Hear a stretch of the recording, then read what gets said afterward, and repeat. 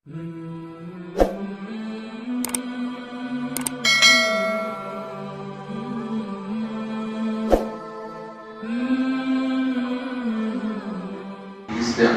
پر ایمان والوں کی تعریف کی ہے۔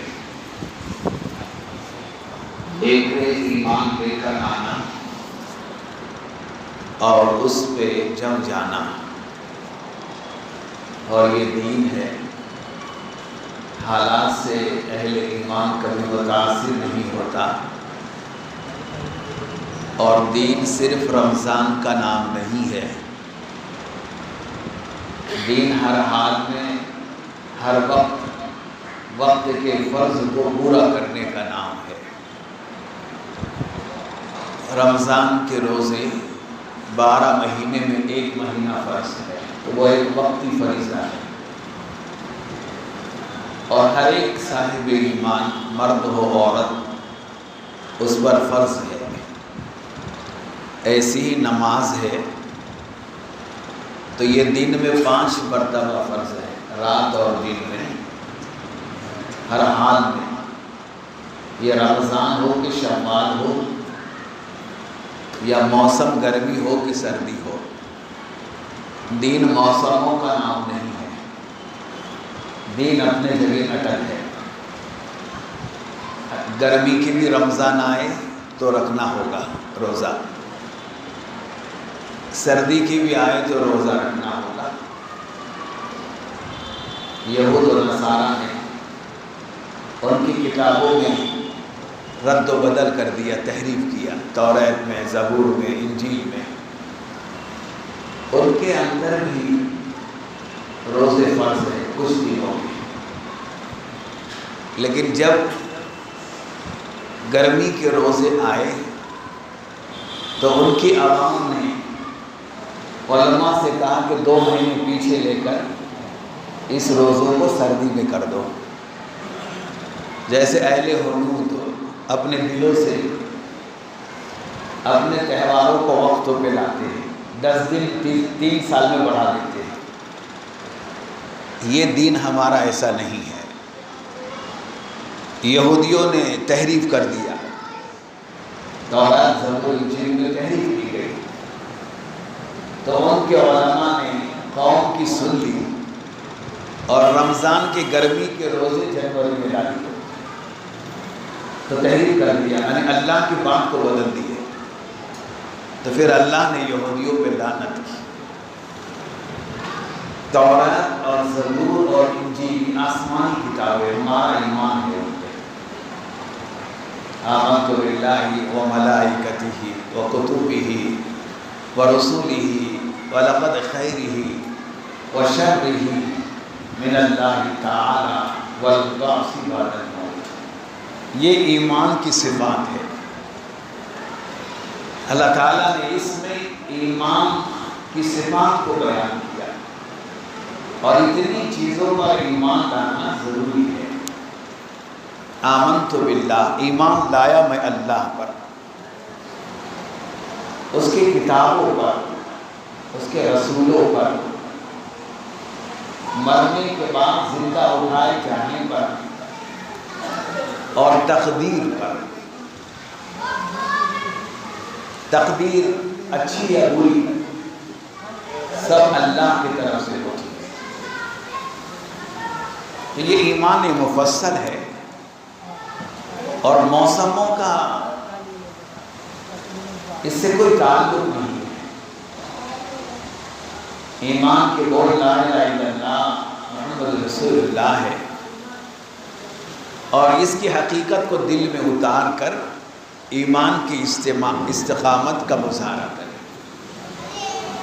بقول علامہ اقبال رحمۃ اللہ علیہ کے یہ نغمہ فصل گل و لالا کا نہیں پامد، یہ کلمہ ہمارا جو ہے پابند نہیں موسموں کا، یہ کلمہ فصل گل و لالا کا نہیں پابند، بہار ہو کہ خزاں لا الہ الا اللہ۔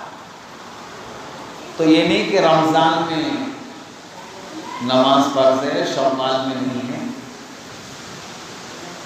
یہ ہماری کمزور درجے کی ایمان کی علامت ہے۔ اسی لیے حدیث اور قرآن میں آتا ہے کہ جب اہل ایمان کے زمین پر عمل بگڑ جاتے ہیں، خراب ہو جاتے ہیں، تو اللہ تعالیٰ کا نظام میں بگاڑ پیدا ہوتا ہے۔ قرآن میں ظہر الفساد فی البر والبحر بما کسبت ایدی الناس، زمین اور آسمان کے نظام میں بگاڑ انسانوں کے اعمال بد سے ہوتا ہے۔ غیر موسم بارش ہونا اللہ کے ناراضگی کی علامت ہے۔ حدیث میں آتا ہے موسیٰ علیہ السلام نے اللہ سے عرض کیا کہ یا اللہ آپ راضی ہوتے ہیں تو کیا علامت ہے اس کی، ہمیں کیسا پتہ چلے کہ آپ راضی ہیں؟ تو اللہ تعالیٰ نے موسیٰ علیہ السلام سے کہا جب میں راضی ہوتا ہوں تو وقت پر بارش کو برساتا ہوں اور رات میں بارش کو برساتا ہوں تاکہ بندوں کے کام دن کے خراب نہ ہو، اور رحمت کی برساتا ہوں جس سے انسان اور مخلوقات کا فائدہ ہو جاتا ہے۔ یہ میرے راضی ہونے کی علامت ہے۔ جب میں راضی ہوتا ہوں تو رحمت کی بارش برساتا ہوں اور اچھے حاکم تم کو دیتا ہوں، ایسے لوگوں کے ہاتھ میں حکومت دیتا ہوں جو رحم دل ہوتے ہیں، چھوٹوں پہ بڑوں پر قدر کرتے ہیں، انسانیت پہ رحم کرتے ہیں، ایسے لوگوں کو حکومت دیتا ہوں۔ اور جب میں ناراض ہوتا ہوں تو تم پہ ظالم بادشاہ کو مسلط کر دیتا ہوں۔ ناراض ہونے کی علامت بے وقت بارش ہونا، ظالم بادشاہ کا مسلط ہو جانا اور دولت بخیلوں کو دینا۔ یہ تین باتیں اللہ تعالیٰ نے موسیٰ علیہ السلام کو بتائی کہ جب میں ناراض ہوتا ہوں تو بارش بے وقت برساتا ہوں اور دولت بخیلوں کو دیتا ہوں اور ظالم بادشاہ کو مسلط کر دیتا ہوں۔ یہ میرے ناراض ہونے کی علامت ہے۔ جب میں راضی ہو جاتا ہوں تو بارش وقت پہ برساتا ہوں، رحم دل بادشاہ دیتا ہوں اور سخیوں کو دولت دیتا ہوں کہ وہ اللہ کے نام پہ سخاوت کرتے ہیں، اللہ کے نام پر اپنے مال کو لگاتے ہیں۔ تو ظہر الفساد فی البر والبحر، انسانوں کے اعمال بد سے زمین اور آسمان کے نظام میں خلل آ جاتا ہے، وہ نظام بگڑ جاتا ہے۔ تو یہ سب اللہ کے ناراضگی کی علامت ہے۔ اس لیے شوال ہو کہ رمضان ہو، ذی القعدہ ہو کہ ذی الحج ہو، ایمان اس وقت تک بچانا ہر ایمان والے پہ فرض ہے جب تک کہ یہ دم لا الہ الا اللہ پہ نہ نکلے۔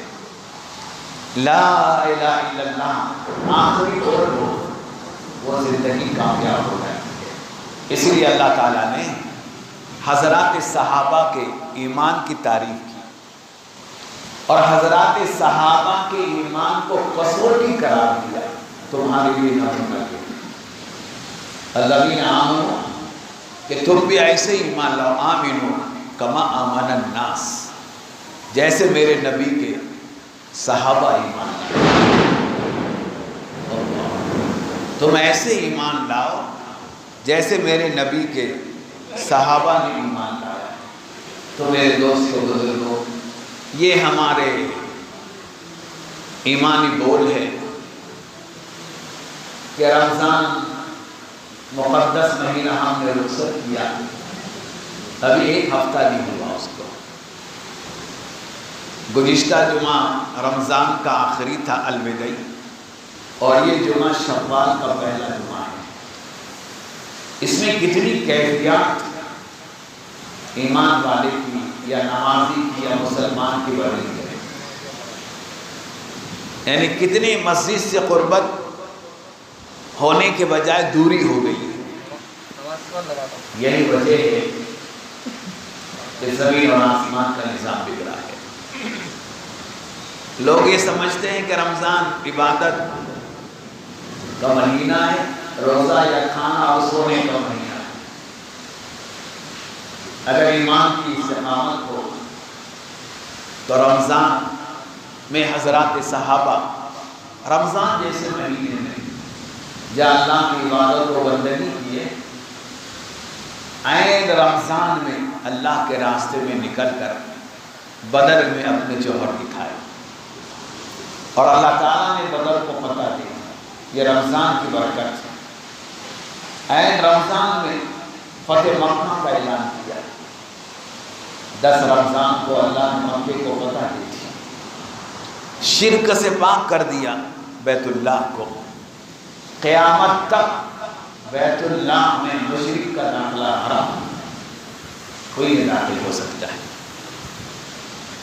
تو جو رمضان شرک سے پاک کر دیا گیا بیت اللہ، اور اسلام کے جھنڈے کو بلند کر دیا اللہ تعالیٰ نے، یہی وجہ ہے کہ شعبان کا یہ مہینہ مشرکین مکہ نے بدر کا بدلہ لینے کے لیے پورے سال بھر محنت کی اور پورے عرب کو ایک پلیٹ فارم پہ جمع کیا، اور شوال میں پھر مدینے پہ حملہ کر دیا۔ شوال کا مہینہ وہ مہینہ ہے جس میں غزوہ احد ہوئی، اور 7 شوال کو ہوئی، یعنی عید کے 7 دن کے بعد۔ آج 7 شوال ہے غالباً۔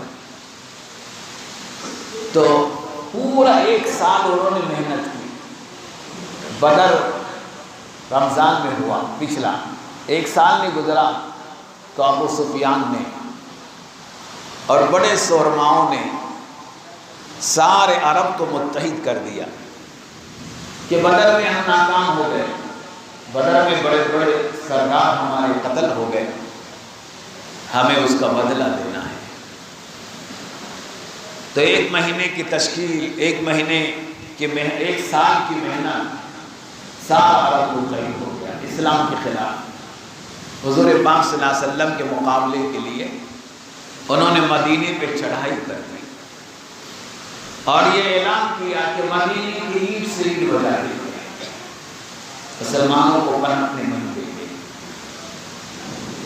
یہاں تک کہ مدینے کے پورے ایمان والوں کا خلافہ کر دیں۔ حضور پاک صلی اللہ علیہ وسلم کو اس کی اطلاع ملی۔ جب آپ کو اس کی اطلاع مل گئی تو آپ کیا کرنا چاہیے؟ اب اندازہ لگائیے، پورے مدینے ابھی عید کی خوشیاں چل رہی ہے کہ جہاد کا اعلان ہو جاتا ہے۔ صحابہ نے کہا، رسول اللہ نے جب رائے لی تو کہا مدینے سے باہر نکل کر مقابلہ کریں گے، بچے بوڑھی عورتیں سب مدینے میں رہیں گے، ہم باہر نکل کے مقابلہ کریں گے۔ احد کے میدان میں یہ مقابلہ ہوا ہے، شہر سے صرف 3 کلومیٹر دور احد کے دامن میں۔ یہ غزوہ احد ہے جو شمال میں ہوا ہے، اور اللہ کے پیارے نبی صلی اللہ علیہ وسلم نے اس کی تیاری فرمائی ہے۔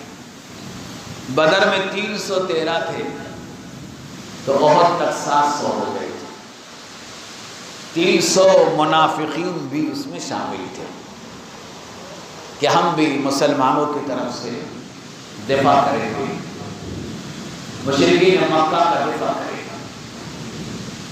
ان کو واپس بھگا دیں گے۔ عین وقت پر جب رسول اللہ صلی اللہ علیہ وسلم نے احد کی روانگی کا حکم دیا تو منافقین کے سردار عبداللہ بن ابی نے اپنے 300 لوگوں کو الگ کر دیا کہ ہم نہیں لڑنا چاہتے، ہم کیوں اپنے بچوں کو یتیم بنائیں، عورتوں کو بیوہ کریں، مدینے میں رہیں گے، اپنے عورتوں بچوں کی حفاظت کریں گے۔ عین وقت پر منافقین نے دھوکہ دے دیا۔ یہ منافقین کا کام صرف دھوکہ دینا، ان المنافقین فی الدرک اسفل من النار، اللہ نے قرآن میں کہا ہم نے منافقین کو جہنم کے سب سے نچلے طبقے میں ہم ان کو عذاب دیں گے، یعنی مشرکین سے بڑھ کر عذاب منافقین کو دیا جائے گا۔ اور منافق اس کو کہتے ہیں جس کے زبان پہ تو کلمہ ہوتا ہے، دل میں کفر ہوتا ہے، وہ اسلام سے چڑھتے ہیں، اسلام کے ترقی سے چڑھتے ہیں، مسلمانوں کی ترقی سے چڑھتے ہیں، ان کا کام اتنا ہے منافقین کا، مسلمانوں کے صفوں میں رہو گھسو، ان کے اندر کے پلانات کیا ہے یہ لے کر ادھر خبر پہنچا دو مشرکین مکہ، یعنی اس زمانے کے خبری منافقین تھے، ساری مدینے کی خبر مکے والوں کو منافق دیتے تھے۔ یہی وجہ ہے کہ منافقوں سے اتنا خطرہ ہے، کیونکہ وہ کلمے کے ساتھ دھوکہ دیتے ہیں۔ عبداللہ بن ابی سب سے بڑا سردار ہے، قدم قدم پہ اللہ کے نبی کو دھوکہ دیا ہے، مسلمانوں کو منافقین سے ڈرایا گیا ہے، اور جتنا بھی نقصان ابھی تک پہنچا ہے آئندہ بھی منافقین کی وجہ سے ہوا ہے۔ اسلام کو حضور کے زمانے میں ہے، حضور کے زمانے میں اتنی تکلیف پہنچائی انہوں نے، لیکن نبی رحمت نے ان کو نبھا دیا، نبھا کر لے کے چلے۔ عبداللہ بن ابی کا بیٹا، اس کا نام بھی عبداللہ ہے، وہ ایمان والا پکا مسلمان ہے اور باپ منافقت کا سردار ہے۔ عبداللہ بن ابی نے کہا ہر عزت مالک کو ہر مدینے میں اس کو ذلیل کیا جائے گا، محمد کو ذلیل کیا جائے گا۔ عبداللہ کو جب یہ خبر پہنچی، انہوں نے اللہ کے نبی سے اجازت دی کہ میں تلوار لے کر میرے باپ کی گردن مار دیتا جو یہ اعلان کر رہا ہے۔ حضور نے کہا نہیں، باپ کے ساتھ سلوک کرو، اچھائی کا برتاؤ کرو۔ عبداللہ گئے اپنے باپ کے سامنے، کہا میں اللہ کے نبی محمد رسول اللہ کا کلمہ پڑھتا ہوں، خون کے رشتے میں تو میرا باپ ہے، روحانی رشتہ میں میرا باپ محمد رسول اللہ ہے، جب تک کہ تو یہ اقرار نہیں کر لے گا کہ میں ذلیل ہوں اور محمد عزت والے ہیں، ورنہ میں تیری گردن اڑا دوں گا۔ بیٹا کہہ رہا باپ کو، بالآخر اس نے اعلان کیا میں ذلیل ہوں اور محمد رسول اللہ عزت والے ہیں۔ بیٹا آ گیا۔ تو یہ منافقین ہے جو ایمان والوں کی صفوں میں نا اتفاقی پیدا کرتے ہیں، ادھر کے ادھر لگا لگا کر ملنے والوں کو الگ کر دیتے ہیں، اجتماعیت کو ختم کر دیتے ہیں۔ اس لیے حدیث میں منافقین سے ڈرایا گیا، چغل خوروں کی مذمت کی گئی، وَيْلٌ لِكُلِّ ہُمَزَةٍ، یہ ہمزہ اور لمزہ قرآن کا سورہ ہے، اس میں چغل خوری کی خرابی بیان کی گئی، خرابی، بڑی خرابی ان لوگوں کے لیے جو پشت پشت تانا دیتے ہیں یا چغلی کر کے دو دوستوں میں جدائی ڈال دیتے ہیں، اور یہ کام منافق ہے۔ تو یہ منافق ہی نے سب کیا کہ اللہ کے نبی کو کہا کہ ہم تمہارے ساتھ میں ہیں، مکے والوں سے کہا چڑھائی کرو، جب تم آئیں گے تو ہم تمہارے ساتھ ہو جائیں گے۔ اندازہ لگائیے آپ، اس کو کہتے ہیں منافقت۔ جو کربلا میں آئے امام حسین رضی اللہ عنہ کے سامنے، مسلمان نہیں تھے، مسلمان تھے، ان کا کلمہ لا الہ الا اللہ محمد رسول اللہ تھا، لیکن کیا وجہ؟ امام حسین رضی اللہ عنہ کے خون کے پیاسے بن گئے. یہ منافق ہے. آج جو مسلمانوں کے صفوں میں دراڑیں ڈالتے وہ منافق ہے، بہت ڈرایا گیا. ہر اعتبار سے مساجد میں، مدارس میں، مکاتب میں، تبلیغ میں جو اپنی زبان سے فتنے پیدا کریں گے اللہ ان کو ٹھکانے لگا دے گا، یا ان کے فتنے پیدا کرنے کا علاج دنیا میں سزا دے کر کرا دے گا. یہی وجہ ہے کہ امام حسن رضی اللہ عنہ حضرت علی رضی اللہ عنہ کی شہادت کے بعد پوری امت نے آپ کو خلیفہ بنایا، امام حسن رضی اللہ عنہ. لیکن امت میں دو طبقات ہو گئے. ایک امیر معاویہ رضی اللہ عنہ کو چاہنے والا ہو گیا، 90% نماز رسول کے پیچھے ہو گئے اور جنگ پر آمادہ ہو گئے کہ نماز رسول کے خلاف کوئی بات نہ کرے ورنہ ہم جنگ کر دیں گے. تو امت کو ملانے کے لیے، اجتماعیت کے لیے امام حسن رضی اللہ تعالیٰ عنہ نے خلافت سے دستبردار ہو گئے اور امت کو سمجھا دیا کہ اجتماعیت اصل طاقت ہے، لہذا تم صبر کرو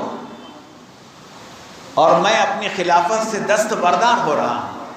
میں اپنی خلافت امیر معاویہ رضی اللہ عنہ کو دے رہا ہوں. اس طریقے سے امت جو دو ٹکڑے میں بٹی ہوئی تھی اجتماعیت پہ آ گئی. پیارے نبی آقا رحمت نے فرمایا میرے نواز حسن سے اللہ بڑے فتنے کو ختم کرے گا اور اجتماعیت پیدا کر دے گا. وہ امام حسن ہے رضی اللہ عنہ جنہوں نے امت کو دو ٹکڑے ہونے سے بچایا اور اجتماعیت پر امت آ گئی. امیر معاویہ رضی اللہ عنہ بڑے صحابی ہیں.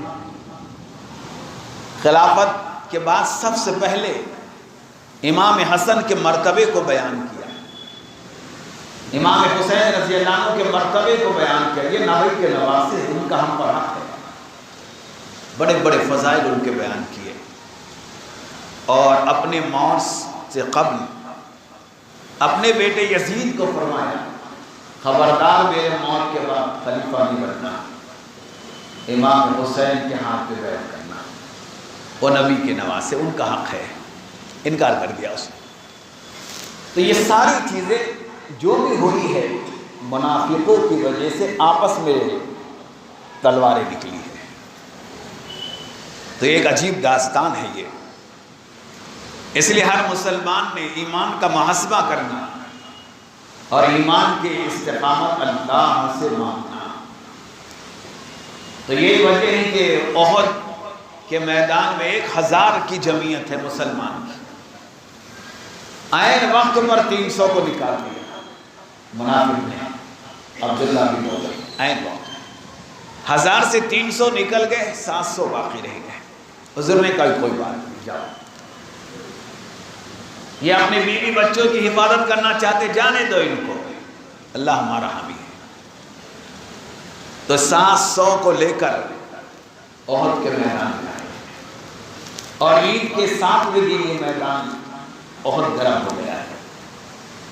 بتلانا میں یہ چاہ رہا ہوں کہ دین کو مقصد بنانا، دنیا ہمارا مقصد نہیں ہے. مسلمان کا جینا مرنا سب دین کے لیے. دنیا کمانا جمع کرنا یہ قطعاً ہمارا مقصد نہیں. ہمارا مقصد دین کی سربلندی ہے. ہمارا مقصد اللہ کا دین بلند ہونا ہے. ہمارا مقصد دین کو تقویت پہنچانا ہے. جب تک کہ ہم دین کو مقصد نہیں بنائیں گے کامیابی ہو نہیں سکتی. ان الدین عند اللہ اسلام، دین میرے نزدیک صرف اسلام ہے اور اسلام کے معنی تسلیم کرنے کے، ماننے کے، ہر حالت میں، ہر وقت، ہر گھڑی اللہ کے احکامات کو مان لینا۔ تو 7ویں دن پیارے نبی آقا رحمت صلی اللہ علیہ وسلم احد کے میدان میں فروکش ہوتے ہیں، اور یہ احد کی جنگ ایسی جنگ ہے جس میں اللہ تعالیٰ نے فتح کو ناکامی میں بدل دیا۔ یہ 700 لوگوں نے جوہر دکھائے، جنگ کا نقشہ فتح، لیکن اللہ تعالیٰ نے قیامت تک آنے والی امت رسول اللہ کو یہ بتایا کہ تم میرے نبی کے اشاروں پر چلو، جہاں میرا نبی کہہ دے یہاں ہی کھڑے رہو، اس سے مت ہٹو، ورنہ اللہ کی مدد ہٹ جائے گی۔ تو احد کے میدان میں جبل رومات ایک چھوٹی پہاڑی ہے، ابھی حجاج اکرام نے اوپر جا جا کر مٹی لے لے کے وہ پہاڑی کو چھوٹا ٹیکرا کر دیا۔ تو اس پہاڑی پر 70 تیر انداز کو اللہ کے نبی نے یعنی متعین کیا تھا کہ یہاں ٹھہرنا، ادھر سے دشمن کا خطرہ ہے، وہ ادھر سے آ سکتا ہے۔ اور اس کے سردار امیر عبداللہ بن زبیر رضی اللہ عنہ ہے۔ جنگ احد فتح ہوئی، مشرک بھاگنے لگے، تو مسلمان خوشی میں، جذبات میں اپنی جگہ چھوڑ دیے کہ وہ جنگ فتح ہو گئی، مال غنیمت لینا ہے، یہ بھاگنے والوں کو لوٹو۔ ان کے امیر نے کہا اپنی جگہ پہ رہو، اللہ کے نبی نے ہمیں یہاں متعین کیا ہے، ہمیں جگہ چھوڑنے کو نہیں کہا ہے۔ لیکن ساتھیوں نے کہا امیر جنگ فتح ہو گئی، ہم مال غنیمت لیتے ہیں۔ تو 70 میں سے 60 کے قریب پورے صحابہ نیچے اتر گئے، کچھ 8-9 امیر کے ساتھ رہے۔ جیسے وہ اللہ کے نبی کے جہاں ٹکانا، قدم ٹکانا تھا وہاں سے ہٹ گئے، اللہ کی مدد اڑ گئی، اور جنگ احد کا کامیاب ہونے کا نقشہ ناکام ہو گیا۔ خالد بن ولید رضی اللہ تعالیٰ عنہ، حضرت خالد بن ولید نے اکیلے سب کو جمع کر دیا تھا۔ ابو سفیان تو گھوڑے پہ بیٹھ کے بھاگ رہے تھے، آواز دی خالد رضی اللہ عنہ نے کہ ابو سفیان ہم جنگ ہارے نہیں، ہم پھر سے حملہ کریں گے، ہم پھر سے حملہ کر دیں گے، اور یہ جبل رومات کے پیچھے سے ہم جائیں گے، آدھا دستہ سامنے اور میں پیچھے جا کر ان مسلمانوں کو بیچ میں لے لیتا ہوں اور قتل کرتا ہوں۔ تو یہ صرف ایک غلطی کی وجہ سے ہوئی، اس لیے کہتے ہیں آتیو اللہ و آتیو الرسول، اطاعت اللہ کی اطاعت، اس کے نبی کی اطاعت، جو نبی کہہ دے وہ کرو، عقل میں آئے نہ آئے۔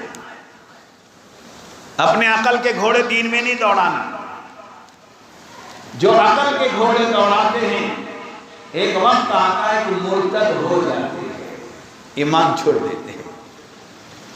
دجال کے فتنے میں عقل کے گھوڑے دوڑانے والے آئیں گے، سائنسی قریب ہوتے، ایسا نہیں ایسا ہونا، ایسا نہیں ایسا ہونا۔ یہ اللہ کو مشورے دے رہے ہیں، یہ رسول اللہ کو مشورے دیں گے۔ اللہ تعالیٰ نے بتایا کہ تم میرے نبی کی اطاعت کرو، اس لیے صحابہ کہتے ہیں کہ بدر نے لا الہ الا اللہ سکھا دیا، اور احد نے ہمیں محمد رسول اللہ سکھایا کہ محمد رسول اللہ کی اطاعت میں کامیابی ہے۔ خالد بن ولید رضی اللہ عنہ ابھی تک ایمان نہیں لائے تھے، خالد بن ولید کے وجہ سے جو نقشہ بدل گیا، اور مسلمان دونوں طرف سے درمیان میں آ گئے، گھمسان کا رنگ ہو گیا۔ رسول اللہ صلی اللہ علیہ وسلم احد کے میدان میں ایک گڑھے میں گر گئے، ابن قیمیہ کے تیروں سے اللہ کے نبی کی پیشانی زخمی ہو گئی، آپ کے سامنے کے 2 دندان شہید ہو گئے، اور آپ گڑھے میں بے ہوش ہو کے گر گئے۔ صحابہ اضطراب میں آ گئے. ایسے میں منافق نے خبر اڑایا عبداللہ بن ابی کے ذریعے کسی شاگرد کو بھیج کر کہ محمد شہید ہو گئے. اب مسلمان بے چین ہو گئے. اعلان لگا. انس بن نضر نے کہا چلو آگے بڑھو، اب جینے میں کوئی مزہ نہیں ہے کیونکہ رسول اللہ شہید ہو گئے. احد کے پہاڑ سے جنت کی خوشبو آ رہی ہے، ہم بھی جنت میں جائیں گے. پیچھے صحابی نے کہا رسول اللہ حیات ہے، شہید نہیں ہوئے. اور سب سے بڑا دلخراش منظر یہ تھا احد کے میدان میں کہ ہندہ خود عورت شریک تھی مشرکین کی طرف سے. حضرت حمزہ رضی اللہ عنہ کے کلیجے کو چبانے کے لیے بے چین تھی. یہ ہندہ وہ عورت ہے، ابو سفیان کی بیوی ہے، عتبہ کی بیٹی ہے، اور اس کا باپ 2 بھائی بدر میں حمزہ رضی اللہ عنہ کے ہاتھوں قتل ہوئے. اس کا بدلے کے لیے بے چین تھی.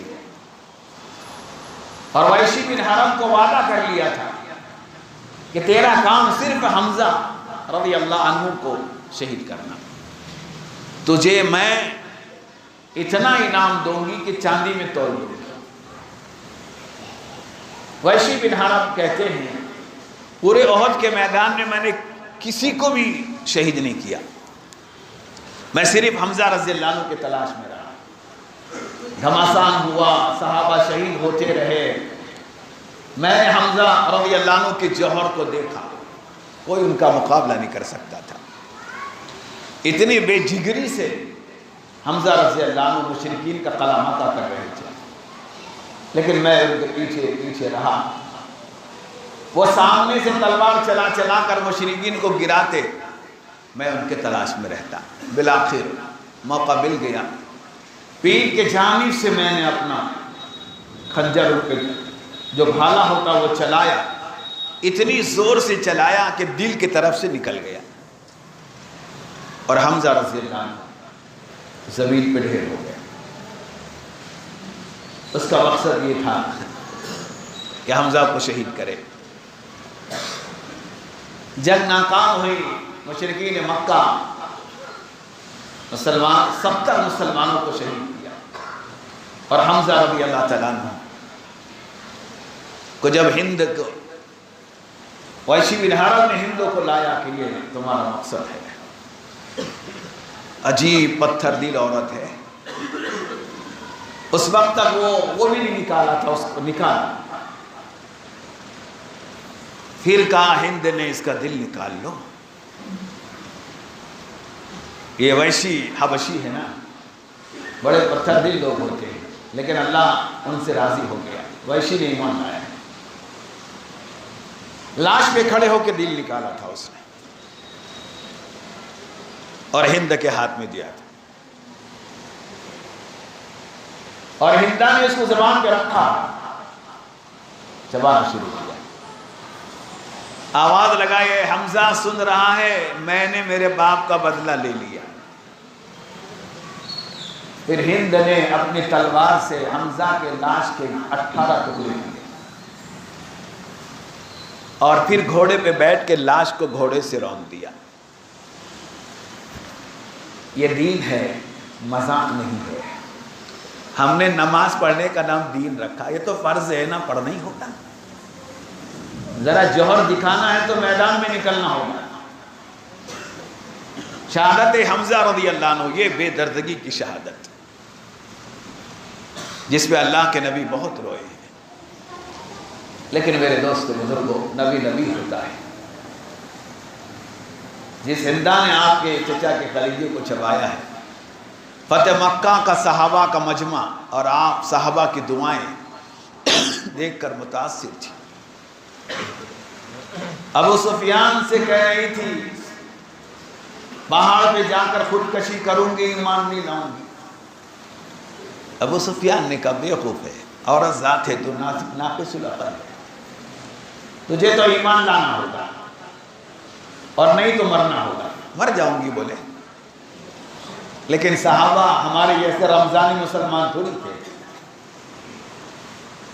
وہ تو ہر حال میں دین پہ جمے ہوئے تھے. رات کا منظر ہندا نے دیکھا، پردہ پکڑ کے صحابہ رو رہے ہیں.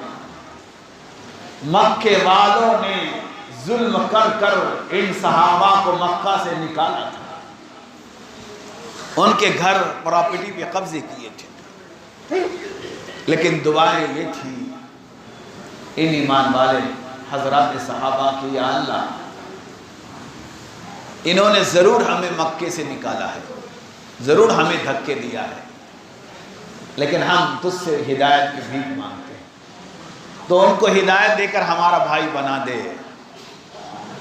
نام لے لے کے دعائیں. کسی صحابی نے یہ بھی دعا کی، یا اللہ ہندا کو ہدایت دے دے، اور یہ سن لی اس نے. دل پتھر، دل موم ہو گیا، آنکھوں میں آنسو بھر لائی. کیا محمدی لوگ ہوتے ہیں، میرے نام لے کے دعائیں کر رہے ہیں. یہ مومن اسے کہتے ہیں، دشمنوں کے نام لے کے دعا کرنا. صبح رسول اللہ کی خدمت میں فتح مکہ میں جب آئی ہے، اور بکر صدیق رضی اللہ عنہ فرمایا کہ دیکھو ہندا آ گئی ہے. پیارے نبی نے کہا ابو بکر رضی اللہ عنہ سے کلمہ پڑھا دو کلمہ. ہندا شرم کے مارے پیچھے سے آئی تاکہ نبی کو دکھ نہ ہو مجھے دیکھ کر. رونے لگی تو حضور نے اتنا کہا، ہندا میرے سامنے مت آیا، تو میرے سامنے آئیں گی تو چچا یاد آئیں گے، لہذا اس لیے وحشی بن حرب کو بھی کہا میرے سامنے مت آؤ، ہو سکتا میرے دل میں آپ کے تعلق سے کچھ آ جائے، میں دل صاف رکھنا چاہتا ہوں. تو میرے دوستو یہ دین ہے، ہر حال میں اس پر عمل کرنے کا نام ہے. رمضان ہو کہ شوال ہو کہ بقرعید ہو، جیسے رمضان کے ہم نے پابندی کی ہے، جوانوں نے، بزرگوں نے، بچوں نے، گھر کی مستورات نے، ایسے دین کو مضبوط تھامنا اور دین کے لیے اپنی جان کو، مال کو لگانے کے فیصلے کرنا. اس سے انشاءاللہ دنیا میں دین زندہ ہوگا. اللہ تعالیٰ مجھے آپ حضرات کو عمل کی توفیق عطا فرمائے. سنتیں پڑھ لیجیے.